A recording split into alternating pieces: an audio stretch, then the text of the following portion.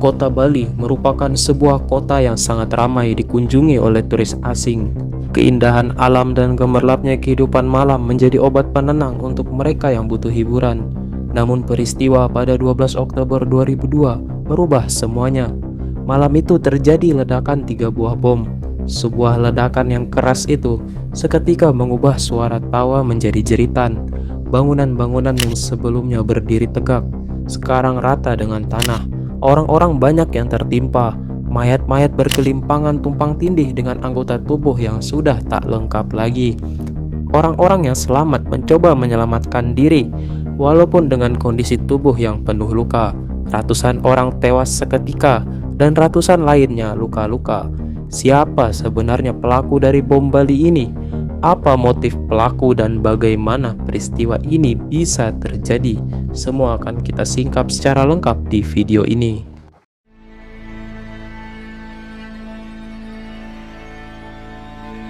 Pada tanggal 12 Oktober 2002 merupakan hari yang begitu kelam untuk masyarakat Bali. Sebuah peristiwa terorisme yang menyebabkan ratusan orang meninggal. Tidak ada yang menduga sebuah daerah yang begitu indah dalam hitungan detik saja berubah menjadi medan perang. Menurut cerita pelaku, pada pukul 20.45 WITA, Ali Imron menyiapkan satu bom kotak dengan berat 6 kg yang dapat diledakkan dari jarak jauh. Kemudian bom itu dibawa dengan sepeda motor dan diletakkan di trotoar di depan kantor Konsulat Jenderal Amerika Serikat. Selanjutnya, Ali Imron berangkat menuju kawasan Legian dekat dengan Pedis Bar dan Sari Club sambil memantau kondisi lalu lintas. Setelah itu, dia kembali ke kontrakannya. Pada pukul 20.30 WITA, Ali Imron bersama dua rekannya, Jimmy dan Iqbal, mengendarai mobil L300. Sementara rekan lainnya, Idris, mengiringi dengan sepeda motor menuju kawasan yang sama, yaitu Pedis Bar dan Sari Club. Sesampainya di lokasi, Ali Imron memerintahkan Jimmy untuk menghubungkan kabel-kabel detonator ke switch bom. Mobil dengan bom berbobot 1 ton itu diparkirkan tepat di depan Pedis Bar dan Sari Club. Sementara Iqbal disuruh mengenakan bom rompi yang ditujukan untuk meledakkan diri saat di Pedis Bar. Tepat pukul 23.15 terjadi ledakan pertama. Ledakan ini berasal dari Iqbal yang meledakkan diri di dalam Pedis Bar. Akibat ledakan itu, orang-orang berlarian keluar dari bar. Namun di saat bersamaan, mobil L300 yang dikendarai Jimmy meledak seketika. Tak berselang lama, bom yang diletakkan di kantor konsulat Amerika meledak. Ledakan bom ini menyebabkan kebakaran hebat. Orang-orang berlarian dengan keadaan panik. Pakaian terkoyak-koyak, bahkan ada yang sampai tak tersisa. Ratusan orang tergeletak begitu saja di jalanan. Pedis Bar dan Sari Club rata dengan tanah. Bangunan-bangunan sekitar juga terbakar dengan hebat. Bahkan beberapa toko dan hotel yang cukup jauh dari lokasi mengalami kaca pecah akibat kerasnya dentuman dari bom ini. Kuatnya ledakan juga meninggalkan lubang besar berdiameter 2 kali 4 meter dan kedalaman 1,5 meter. Warga lokal dan wisatawan berusaha menolong korban yang masih selamat dengan mencoba menarik korban dari reruntuhan. Namun ada beberapa korban yang tidak berhasil diselamatkan dikarenakan panasnya kobaran api. Dalam 5 menit, petugas kepolisian Polsek Kuta akhirnya tiba. Namun mereka hanya bisa mengatur lalu lintas dan menyingkirkan warga dari kobaran api. Setelah 15 menit, ambulan dari RSUP Sanglah tiba di lokasi, diikuti dengan beberapa unit pemadam kebakaran dari Denpasar. Namun jalan menuju Legian macet total. Ribuan orang panik berlarian menjauhi kobaran api. Para pemadam harus memadamkan api sambil mengevakuasi korban secara manual. Banyak yang menggunakan selimut basah untuk melindungi diri dari panas. Api baru bisa dikendalikan sekitar pukul 2 dini hari. Setelah itu, evakuasi baru bisa dilakukan. Ratusan korban terjebak di dalam bangunan Sari Club. Api yang menyala dari bensin kendaraan dan gas LPG menyebabkan ledakan susulan. Beberapa korban yang dievakuasi ditemukan saling berpelukan dalam keadaan hangus. Petugas medis dari RSUP Sanglah dan rumah sakit swasta bekerja sama tanpa henti. Banyak korban kehilangan anggota tubuh, sementara yang hidup mengalami luka bakar yang parah. Korban-korban yang meninggal dunia dikumpulkan di halaman depan Puskesmas Kuta dikarenakan rumah sakit sedang penuh. Setelah evakuasi selesai, polisi Bali segera menutup seluruh kawasan Legian dan pasukan gegana dikerahkan. karena dikhawatirkan masih ada bom lain.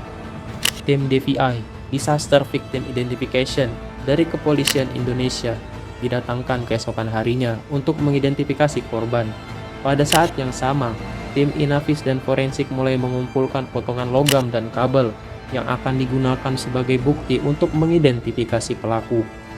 Dalam waktu singkat, petugas forensik Indonesia berhasil mengidentifikasi seluruh korban. Dari hasil otopsi ini, didapatkan informasi bahwa korban sebagian besar merupakan warga negara Australia. Kepolisian langsung menyegel TKP dengan markasi, dengan tujuan mencegah orang tidak berkepentingan masuk ke dalam TKP. Namun padatnya kerumunan warga saat itu tidak sepenuhnya bisa dihalau. Personel yang ditugaskan jumlahnya tidak cukup untuk mensterilkan lokasi TKP. Mengingat banyaknya korban dari warga Australia, Kepolisian Australia menawarkan bantuan kepada Kepolisian Indonesia untuk mengungkap kasus ini. Kepolisian Indonesia menyambut hangat bantuan yang ditawarkan oleh Kepolisian Australia. Keesokan harinya, Kepolisian Australia tiba bersama dengan ahli terorisme, detektif, dan ahli forensik. Mereka bahu-membahu bekerja sama untuk mengungkap siapa pelaku dari pengeboman ini. Pada awalnya, saat kepolisian mengidentifikasi TKP, tidak ditemukan petunjuk yang berarti, karena semua benda yang bisa digunakan sebagai bukti sudah hangus dan hancur tak berbentuk. Sampai suatu ketika, salah seorang penyidik TKP menemukan sebuah bangkai mobil yang ringsek parah. Bangkai mobil ini dicurigai sebagai sumber ledakan itu terjadi. Hal ini diperkuat dengan saksi mata dan rekaman CCTV. Setelah lama mengidentifikasi, akhirnya ada bukti yang bisa digunakan untuk mengusut pelaku. Bangkai mobil itu bisa diidentifikasi siapa pemiliknya dari nomor rangka. Namun kenyataannya tidak semudah itu. Komplotan teroris itu ternyata sudah menghapus nomor rangka mobil itu sebelumnya, sehingga kepolisian perlu melakukan penyidikan lebih lanjut untuk mengetahui nomor rangka mobil itu. Butuh waktu cukup lama untuk mengidentifikasi nomor rangka mobil itu. Namun sebuah keajaiban terjadi. Seorang ahli forensik dari Indonesia menemukan nomor rangka lain yang tersembunyi di bawah plat yang dilas. Berkat kerja kerasnya, petunjuk akhirnya ditemukan. Nomor itu kemudian digunakan untuk melacak pemilik kendaraan itu. Tak butuh waktu lama, kepolisian langsung mendapatkan nama dari pemilik mobil L300 ini. Orang itu bernama Amrozi bin Nur Hashim, seorang petani di Lamongan, Jawa Timur. Tepat pada tanggal 5 November 2002, kepolisian dari Datasemen Anti Teror Indonesia bekerja sama dengan Polda Jawa Timur mendatangi kediaman Amrozi di Desa Telunggung, Lamongan, Jawa Timur. Saat ditemukan, Amrozi sedang mengenakan pakaian sarung dan kaos putih. Saat ditangkap kepolisian, Amrozi hanya tersenyum dan tidak memberikan perlawanan. Dengan kedua tangan yang diborgol dan dibawa ke Polda Jawa Timur di Surabaya. Dari Lamongan menuju Surabaya memakan waktu 3 jam. Selama di mobil, Amrozi nyaris tidak berbicara apapun. Sesampainya di Surabaya, Amrozi diserahkan ke tim investigasi gabungan Polri dan Kepolisian Australia.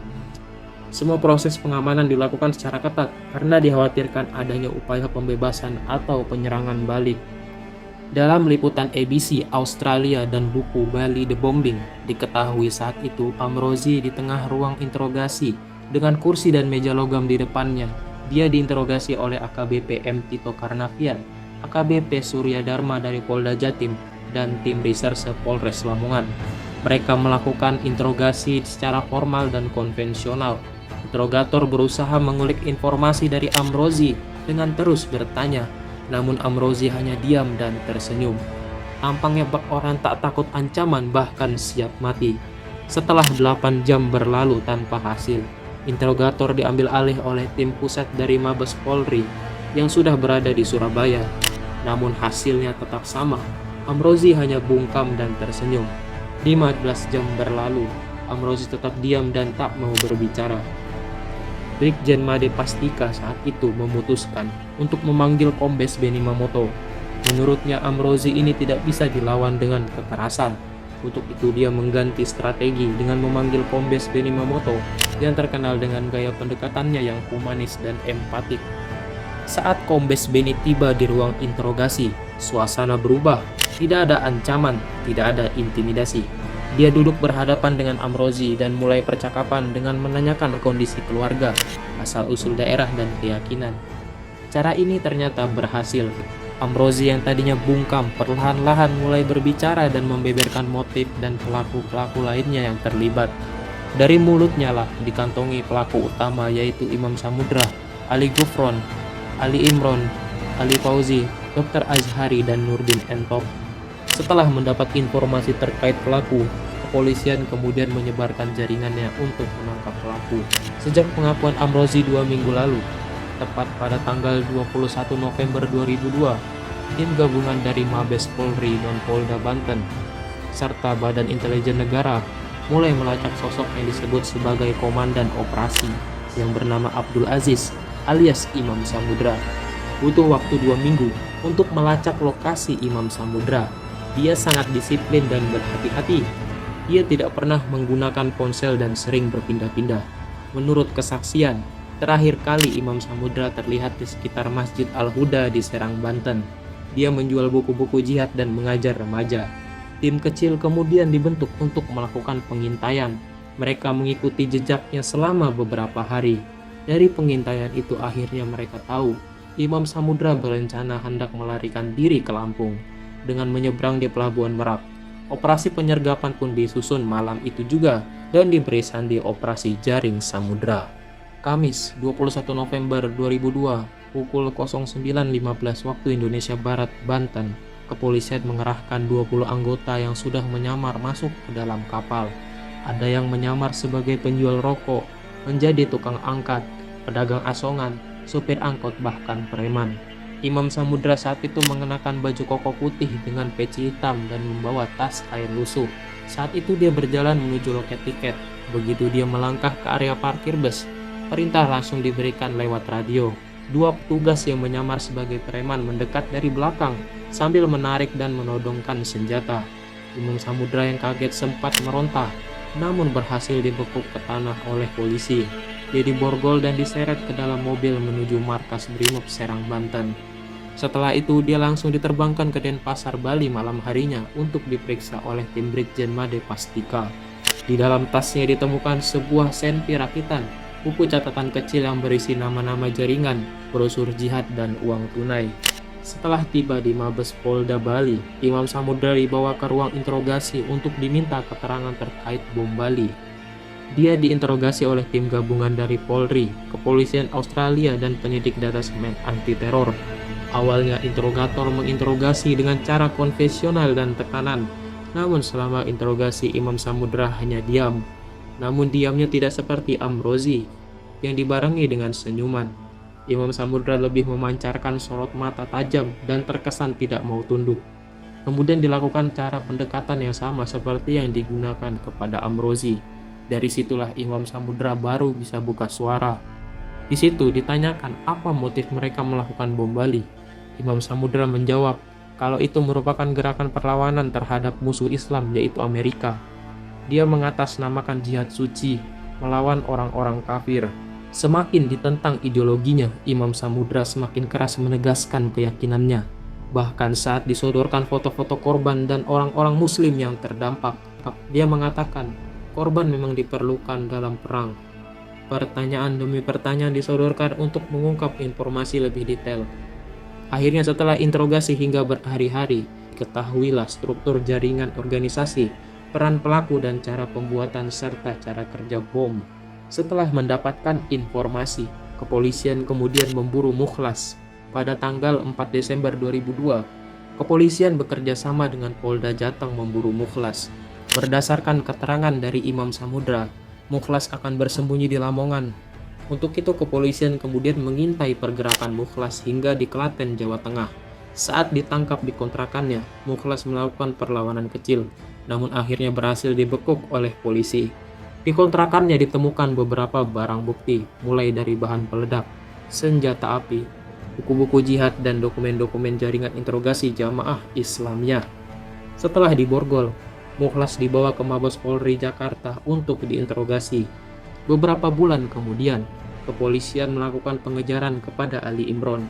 Saat itu Ali Imron kabur ke Kalimantan, tepatnya di muara Sungai Mahakam, Samarinda. Dia bersembunyi dengan cara menyamar sebagai nelayan tambang. Penyamarannya ini akhirnya diketahui oleh kepolisian dan dia ditangkap pada tanggal 16 Januari 2003. Namun uniknya, Ali Imron saat itu tidak melawan dan menyerahkan diri kepada polisi. Dia bahkan sangat kooperatif dan membeberkan semua informasi tentang jaringan teroris ini kepada kepolisian.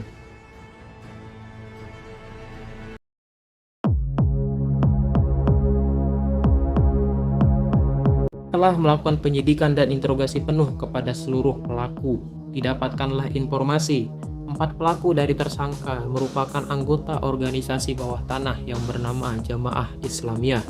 Organisasi ini merupakan organisasi yang dibentuk oleh Abu Bakar Bashir dan Abdullah Sungkar. Mereka berdua merupakan ulama di Jawa Timur yang merupakan ex-Darul Islam Indonesia, sebuah gerakan separatis yang dulu dilakukan oleh SM Kartosuwiryo untuk menggulingkan Soekarno dan mendirikan negara Islam Indonesia. Namun pada tahun 1960-an, pemimpin mereka Kartosuwiryo berhasil ditangkap dan dieksekusi. Saat itu, organisasi dianggap bubar dan tidak aktif lagi. Namun sisa-sisa anggota DI masih ada seperti Abu Bakar Bashir dan Abdullah Sungkar. Mereka berdua kemudian mendirikan pesantren Al-Mukmin Ngeruki di Solo. Di dalam pesantren ini, Abu Bakar Bashir dan Abdullah Sungkar mengajarkan pemahaman ekstremis dan anti-Pancasila. Mereka menanamkan seruan-seruan jihad kepada murid-muridnya dan menanamkan kebencian kepada pemerintahan Indonesia. Untuk itu, pada tahun 1980-an, di era kepemimpinan Presiden Soeharto, dia dituduh atas penghasutan dan penyebaran ideologi anti-Pancasila. Dia divonis hukuman penjara selama 9 tahun. Namun belum sempat dipenjara, Abu Bakar Bashir dan Abdullah Sungkar berhasil kabur ke Malaysia. Di sana, Abu Bakar Bashir dan Abdullah melanjutkan dakwah jihad mereka. Satu persatu pengikut mereka semakin banyak. Banyaknya pengikut mereka menarik perhatian veteran perang Afghanistan. Para veteran itu kemudian melakukan pertemuan dengan Abdullah Sungkar. Pertemuan ini menjadi cikal bakal terbentuknya jaringan organisasi bawah tanah yang disebut dengan Jamaah Islamiyah. Dari sini juga muncul pemikiran untuk membentuk seruan jihad berlandaskan wilayah Nusantara seperti Indonesia, Malaysia, Thailand Selatan, dan Filipina Selatan. Banyak murid-murid mereka dari pesantren Al-Mukmin dikirim untuk berjihad di Afghanistan, seperti Imam Samudra, Amrozi, Mukhlas, dan Ali Imron. Mereka berempat dikirim untuk berjihad dan mendapat pelatihan militer di Afghanistan. Segala basic kemiliteran mereka pelajari, mulai dari cara menembak, mengendarai tank, hingga membuat bom. Namun siapa yang menduga pelatihan militer yang ditujukan untuk melatih moral murid dalam berjihad malah menjadi aksi teror. Sebagai awal aksi teror JI di Indonesia adalah melakukan pengoboman di gereja-gereja di seluruh Indonesia saat malam Natal. Aksi itu dilancarkan sebagai balasan atas kerusuhan Muslim dan Kristen di Poso di tahun lalu silam. Selain itu, serangan ini juga direncanakan untuk memicu konflik agama skala nasional, yang mana konflik ini akan dijadikan jalan bagi mereka untuk meruntuhkan pemerintahan yang sah demi mendirikan NII kembali. Namun sayangnya, aksi ini bisa dikatakan gagal karena konflik yang mereka inginkan tidak terjadi. 2 tahun kemudian, Imam Samudra, Mukhlas, Amrozi, dan Ali Imron melakukan pertemuan rahasia. Mereka berencana melakukan aksi pengoboman selanjutnya untuk menyerang kantor konsulat Amerika Serikat sebagai balasan dari aksi 911. Mereka berempat berencana melakukan penyerangan tepat pada tanggal 11 September 2002. Namun karena persiapan yang tidak cukup matang, waktu mereka pun diundur. Untuk itu, Imam Samudra selaku pemimpin operasi bertugas sebagai orang yang merencanakan, menentukan waktu dan tempat, serta membagi tugas kepada anggotanya. Dia memilih tempat sebuah klub dan bar di Bali yang bernama Pedis Bar dan Sari Club. Tujuannya untuk membunuh sebanyak-banyaknya orang bule di sana. Dia membagi tugas kepada rekannya dengan Amrozi sebagai penyedia kendaraan yang akan digunakan sebagai alat pengangkut bom ke lokasi. Mukhlas sebagai penyedia bahan peledak yang akan digunakan, Ali Imron sebagai perakit bom dan koordinator lapangan, lalu Iqbal dan Jimmy sebagai eksekutor. Menurut pernyataan Ali Imron, saat itu perencanaan mereka sangat buruk. Semua hal dilakukan secara tergesa-gesa hingga menyebabkan keteledoran di mana nomor rangka mobil yang baru dibeli Amrozi lupa dihapus seluruhnya. Sehingga hal ini membuat pergerakan mereka berhasil dilacak oleh kepolisian. Tidak butuh waktu lama, hanya sekitar 2 minggu setelah kejadian bom Bali, pelaku kunci berhasil ditangkap, yaitu Amrozi. Dari keterangan Amrozi kemudian ditangkaplah Imam Samudra, Mukhlas dan Ali Imron. Imam Samudra, Mukhlas dan Amrozi kemudian dijatuhi hukuman mati. Sedangkan Ali Imron divonis hukuman penjara seumur hidup akibat sikapnya yang menyesal dan korporatif.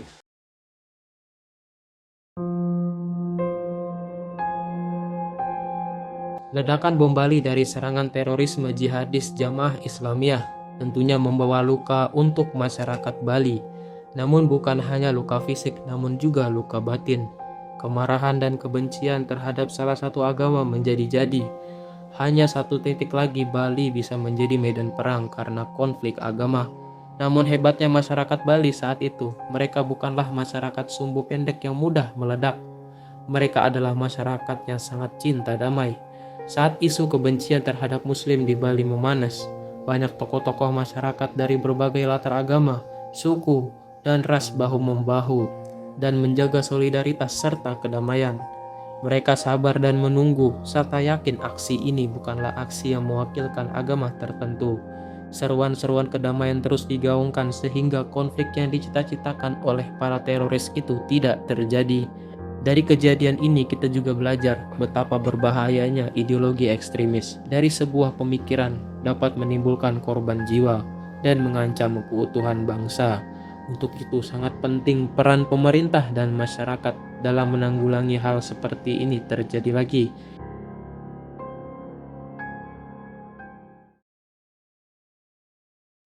Semoga video ini bisa menambah wawasan ilmu kita. Jika ada kesalahan informasi dan kata-kata, saya mohon maaf dan tolong dikoreksi di komentar. Jangan lupa dukung channel ini dengan subscribe, like, dan komen. Sekian dari saya, terima kasih.